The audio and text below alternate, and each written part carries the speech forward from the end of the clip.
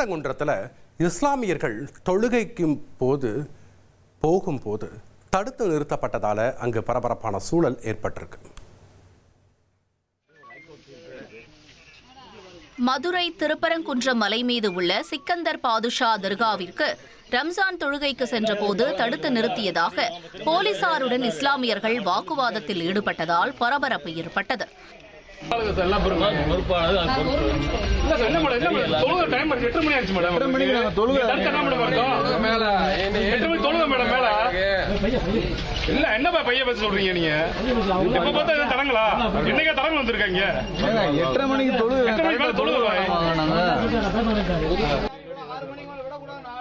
மலைக்கு செல்பவர்களின் பெயர், முகவரி உள்ளிட்ட விவரங்களை பதிவு செய்த பிறகே அனுமதிக்க முடியும் என்று காவல்துறையினர் தெரிவித்துள்ளனர்.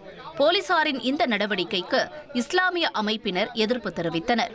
தகவல் அறிந்து வந்த திருப்பரங்குன்றம் காவல் உதவி ஆணையர் சசி பிரியா அவர்களிடம் பேச்சுவார்த்தையில் ஈடுபட்டார். திருப்பூர்ல லாரி ஓட்டுநர் ஒருவர் அடித்தே கொல்லப்பட்டிருக்கிற சம்பவம் அதிர்ச்சியை ஏற்படுத்தியிருக்கு. திருப்பூர் மாவட்டம் வெள்ளக்கோவில் அருகே லாரி டிரைவர் ஒருவர் அடித்து கொலை செய்யப்பட்ட சம்பவம் பரபரப்பை ஏற்படுத்தியுள்ளது. வெள்ளக்கோவில் அருகே சேமலை கவுண்டன் வலசை பகுதியைச் சேர்ந்த சாமிநாதன் என்பவர் லாரி ஓட்டுநராக பணியாற்றி வந்தார். இந்நிலையில் தனது வீட்டுக்கு அருகே மனைப்பிரிப்பு பணிகள் நடைபெற்று வந்த இடத்திற்கு சென்ற சாமிநாதனை அங்கிருந்த சிலர் கட்டிடப் பொருட்களை திருட வந்ததாக சந்தேகித்து தாக்கியதாக தெரிகிறது. கட்டைகள் மற்றும் கைகளால் தாக்கிய பின்னர் அவரை காரில் ஏற்றி வீட்டருகே கொண்டு வந்து இறக்கிவிட்டு தப்பிச் சென்றதாக கூறப்படுகிறது. இதுகுறித்து தாயாரிடம் கூறியபோது சாமிநாதன் மயங்கி விழுந்து உயிரிழந்ததாக கூறப்படுகிறது. இந்த சம்பவம் குறித்து வழக்கு பதிவு செய்த போலீசார் தனிப்படை அமைத்து குற்றவாளிகளை தேடி வருகின்றனர். ஈரான் போர் மிக தீவிரமாக நடந்துட்டு இருக்கக்கூடிய சூழல்ல அந்த நாட்டில் இருக்கக்கூடிய மிக முக்கியமான அணு செறிவூட்டல் நிலையத்தின் மீதே தாக்குதல் நடத்தப்பட்டிருக்கு. அமெரிக்கா மற்றும் இஸ்ரேல் இணைந்து ஈரானின் முக்கிய அணுசக்தி வளமான நாட்டான்ஸ் அணு செறிவூட்டல் நிலையத்தை தாக்கியுள்ளது. இந்த தாக்குதலில் கதிர்வீச்சு கசிவு எதுவும் ஏற்படவில்லை என்றும் அருகிலுள்ள மக்களுக்கு எந்த ஆபத்தும் இல்லை என்றும் அதிகாரிகள் உறுதிப்படுத்தினர். ஐநா அணு கண்காணிப்பு அமைப்பான IAEAவும் வெளிப்புற கதிர்வீச்சு அளவில் உயர்வு இல்லை என தெரிவித்துள்ளது. அதேவேளை அணு விபத்து அபாயத்தை தவிர்க்க இராணுவ நடவடிக்கைகளில் கட்டுப்பாடு கடைபிடிக்க வேண்டும் என அதன் தலைவர் ரஃபேல் குரோசி எச்சரித்தார். இதற்கிடையில் ஈரானின் அணு ஆயுத திட்டத்தை தடுக்கவே இந்த தாக்குதல் மேற்கொள்ளப்பட்டதாக அமெரிக்கா விளக்கமளித்துள்ளது. உத்தரப்பிரதேசத்தில் போலீசாருக்கும் பசுக்களை பாதுகாக்கக்கூடிய அமைப்பினருக்கும் இடையே மிகப்பெரிய கைகலப்பு ஏற்பட்டிருக்கு. அதுக்கான காரணத்தை பார்க்கலாம். உத்தரப்பிரதேச மாநிலம் மதுராவில் காவல்துறையினருக்கும் பசு பாதுகாப்பு அமைப்பினருக்கும் இடையே கடும் மோதல் ஏற்பட்டது.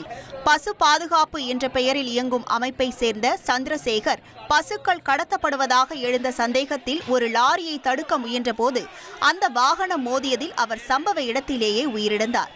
இதையடுத்து அவரது ஆதரவாளர்கள் போராட்டத்தில் ஈடுபட்டனர். சூழ்நிலை பதற்றமாக மாறி காவல்துறையினர் மீது கற்கள் வீசப்பட்டதுடன் போலீஸ் வாகனங்களும் சேதப்படுத்தப்பட்டன. பதிலுக்கு காவல்துறையினர் தடியடி நடத்தியதால் சம்பவ இடம் வன்முறை களமாக மாறியது.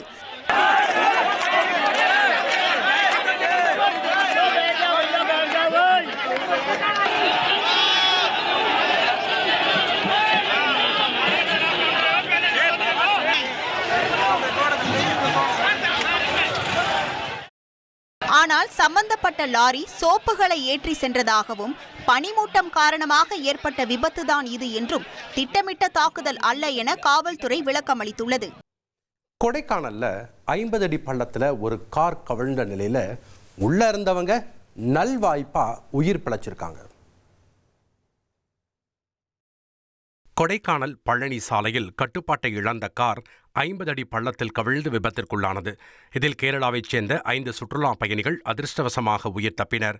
கேரள மாநிலம் மணப்புரத்தைச் சேர்ந்த 5 பேர் கொடைக்கானலுக்கு சுற்றுலா சென்றபோது வெள்ளப்பாறை அருகே கார் கட்டுப்பாட்டை இழந்து மின்கம்பத்தில் மோதி பள்ளத்தில் உருண்டது. பள்ளத்தில் உருண்ட கார் மரத்தில் மோதி நின்றதால் பெரும் அசம்பாவிதம் தவிர்க்கப்பட்டது. படுகாயமடைந்தவர்கள் மருத்துவமனையில் சேர்க்கப்பட்டனர். மேலும் மின்கம்பத்தின் மீது கார் மோதியதால் சுமார் 10க்கும் மேற்பட்ட கிராமங்களில் மின்சார இணைப்பு துண்டிக்கப்பட்டது.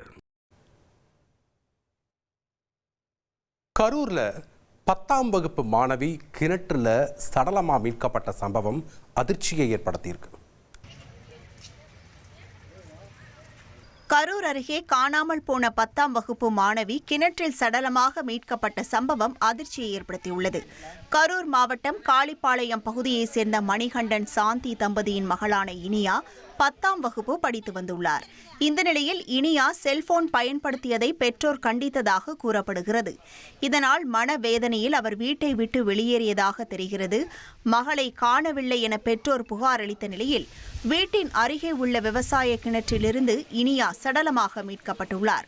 தகவல் அறிந்து வந்த தீயணைப்புத் துறையினர் உடலை மீட்டு பிரேத பரிசோதனைக்காக அனுப்பி வைத்தனர். மாணவியின் மரணம் தற்கொலையா அல்லது வேறு ஏதேனும் காரணமா என்பது குறித்து போலீசார் தீவிர விசாரணை நடத்தி வருகின்றனர். சென்னையில் 45 கிலோ வெள்ளிக்கட்டிகளை மோசடி செஞ்ச வழக்கில் ஒரு பெண் உட்பட 3 பேர் கைதாகி இருக்காங்க. சென்னை சவுகார்பேட்டையில் வெள்ளி வியாபாரிகளிடம் 45 கிலோ வெள்ளி கட்டிகளை மோசடி செய்த பெண் உட்பட 3 பேரை போலீசார் கைது செய்துள்ளனர். சவுகார்பேட்டையைச் சேர்ந்த திலீப்குமார் மற்றும் ஆசிப் ஆகியோர் வியாசர்பாடியில் பட்டறை நடத்தி வந்த முருகனிடம் பொருட்கள் செய்வதற்காக 45 கிலோ வெள்ளி கட்டிகளை வழங்கியுள்ளனர்.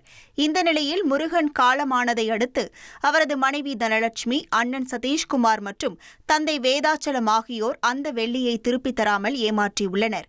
மேலும் வியாபாரிகள் வழங்கிய வெள்ளிக்கட்டிகளை விற்று அந்த பணத்தில் கடனை அடைத்ததும் கார் வாங்கி சொகுசாக செலவு செய்ததும் அம்பலமானது. புகாரின் அடிப்படையில் தீவிர விசாரணை நடத்திய போலீசார் தலைமறைவாக இருந்த 3வரையும் கைது செய்தனர். உத்தரகாண்ட் மாநிலத்தில் 60 அடி பள்ளத்தில் கார் கவிழ்ந்த விபத்தில் 2 இளைஞர்கள் பரிதாபமா உயிரிழந்த சம்பவம் சோகத்தை ஏற்படுத்தியிருக்கு. உத்தரகாண்ட் மாநிலம் நைனிடால் பகுதியில் சுமார் 60 அடி பள்ளத்தில் கார் கவிழ்ந்த விபத்தில் 2 இளைஞர்கள் உயிரிழந்தனர். மேலும் 2 காயமடைந்தனர். நைனிடாலில் உள்ள பவாலி ஹல்த்வானி தேசிய நெடுஞ்சாலையில் சென்று கொண்டிருந்த சுற்றுலா பயணிகளின் கார் கத்தியா என்ற இடத்திற்கு அருகே சென்றபோது கட்டுப்பாட்டை இழந்து விபத்தில் சிக்கியது.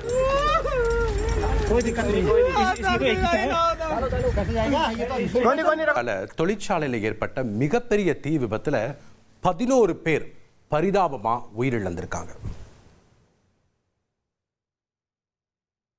தென்கொரியாவின் டேஜோன் நகரில் உள்ள ஆட்டோ பாகங்கள் தயாரிப்பு தொழிற்சாலையில் ஏற்பட்ட தீ விபத்தில் 11 பேர் உயிரிழந்துள்ளனர். மேலும் 69 பேர் காயமடைந்துள்ளனர். அத்துடன் மேலும் 3 பேர் காணாமல் போயுள்ளனர். தீப்பற்றிய போது தொழிற்சாலையில் சுமார் 170 பேர் பணியில் இருந்தனர். கட்டடம் பாதுகாப்பானது என நிபுணர்கள் உறுதி செய்ததை தொடர்ந்து தீயணைப்பு படையினர் காணாமல் போனவர்களை தேடும் பணியில் தொடர்ந்து ஈடுபட்டு வருகின்றனர். ராமநாதபுரத்தில் சிறுவர்களை பயன்படுத்தி வாக்கு சேகரித்ததா தாவேகா நிர்வாகிகள் மீது நடவடிக்கை பாஞ்சிருக்கு. ராமநாதபுரம் திரு உத்தரகோசமங்கை அருகே சிறுவர்களை பயன்படுத்தி வாக்கு சேகரிப்பில் ஈடுபட்டதாக தமிழக வெற்றிக் கழக நிர்வாகிகள் மீது 3 பிரிவுகளின் கீழ் போலீசார் வழக்கு பதிவு செய்துள்ளனர். தாவேகா கிழக்கு மாவட்ட செயலாளர் மலர்விழி ஜெயபாலா தலைமையில் நிர்வாகிகள் வாக்கு சேகரிப்பில் ஈடுபட்ட போது சிறுவர்கள் சிலர் திமுகவிற்கு எதிராக கோஷங்களை எழுப்பினர். விதிமுறைகளை மீறி தேர்தல் பணிகளில் சிறுவர்களை ஈடுபடுத்தியதாக கூறி போலீசார் வழக்கு பதிவு செய்த நிலையில் சிறுவர்கள் தாங்களாகவே ஆர்வத்தில் வந்ததாக தாவேகா நிர்வாகிகள் விளக்கம் அளித்துள்ளனர்.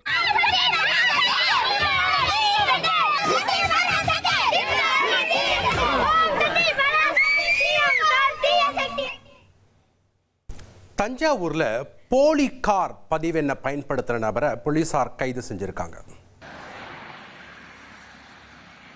தஞ்சாவூர் மாவட்டம் திருவிடைமருதூரில் ஒரே பதிவு எண்ணில் 2 கார்கள் இயக்கப்பட்ட சம்பவம் கண்டுபிடிக்கப்பட்டுள்ளது.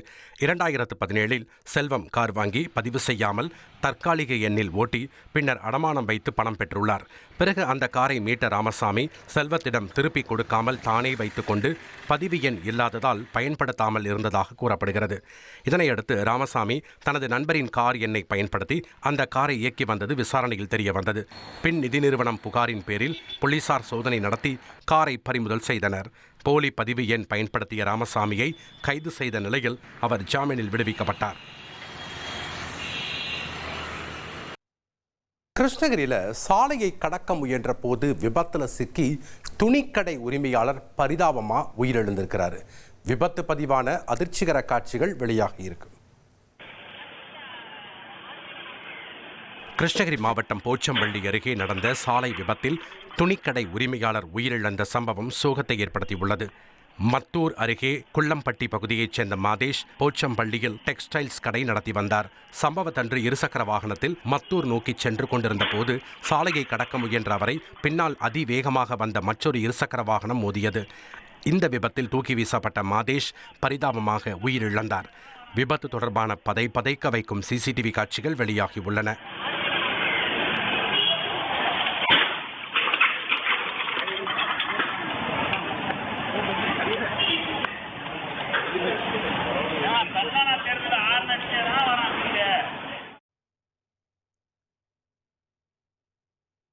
சென்னை மாதவரத்தில் தேர்தல் பறக்கும் படை சோதனை செஞ்சதில் 40 வைரக்கற்கள் சிக்கியிருக்கு.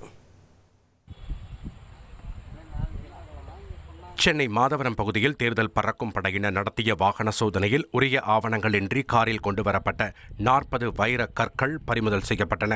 இதேபோல் பாடியநல்லூர் சுங்கச்சாவடி அருகே உரிய ஆவணங்களின்றி எடுத்துச் செல்லப்பட்ட 1,35,000 ரூபாய் ரொக்கமும் பறிமுதல் செய்யப்பட்டது. இதில் வைரங்கள் மற்றும் ரொக்க பணம் அரசு கருவூலத்தில் ஒப்படைக்கப்பட்டுள்ளன. உரிய ஆவணங்களை சமர்ப்பித்து இவற்றை திரும்ப பெற்றுக் கொள்ளலாம் என தேர்தல் அதிகாரிகள் தெரிவித்துள்ளனர். உத்தரகாண்டில் நிலச்சரிவால பாறைகள் சரிஞ்சு போக்குவரத்து முடங்கி இருக்கு. உத்தரகாண்ட் மாநிலம் கோவிந்த்காட் அருகே மலையில் பெரும் பகுதி சரிந்து பெரிய பாறாங்கற்கள் பத்ரிநாத் தேசிய நெடுஞ்சாலையில் விழுந்ததால் போக்குவரத்து முற்றிலும் நிறுத்தப்பட்டது. கனமழை மற்றும் கடும் பனிப்பொழிவு காரணமாக நிலச்சரிவு அபாயம் அதிகரித்துள்ளதாக அதிகாரிகள் தெரிவித்துள்ளனர். பென்னோலா பகுதியில் ஏற்பட்ட நிலச்சரிவால் சாலையை அணுக முடியாத நிலை ஏற்பட்டுள்ளது. தற்போது வானிலை சீரடைந்துள்ள நிலையில் நெடுஞ்சாலையை விரைவில் சீரமைக்கும் பணிகள் தொடங்கப்படும் என எதிர்பார்க்கப்படுகிறது. தர்மபுரியில் இலவச பரோட்டா கேட்டு ஹோட்டல் நடத்தி வரக்கூடிய பெண்ணை தாக்கிய சம்பவம் அதிர்ச்சியை ஏற்படுத்தியிருக்கு. தர்மபுரி மாவட்டம் பாப்பிரெட்டிப்பட்டி அருகே பொம்மிடியில் பணம் கொடுக்காமல் பரோட்டா கேட்டு ஹோட்டல் நடத்தி வந்த பெண்ணை இளைஞர் தாக்கிய சம்பவம் பரபரப்பை ஏற்படுத்தியது. ஹோட்டல் உரிமையாளரான பிரியதர்ஷினியிடம் பணம் கொடுக்காமல் அங்கு வந்த சச்சின் 3 பார்சல் பரோட்டா கேட்டுள்ளார். பணம் கேட்டதால் ஆத்திரமடைந்த சச்சின் தகராறு செய்து தாக்கியதில் அவர் காயமடைந்து மருத்துவமனையில் அனுமதிக்கப்பட்டார். புகாரின் பேரில் போலீசார் வழக்கு பதிவு செய்து சச்சினை கைது செய்துள்ளனர். தாக்குதல் சம்பவத்தின் சிசிடிவி காட்சியும் வெளியாகி அதிர்ச்சியை ஏற்படுத்தியுள்ளது.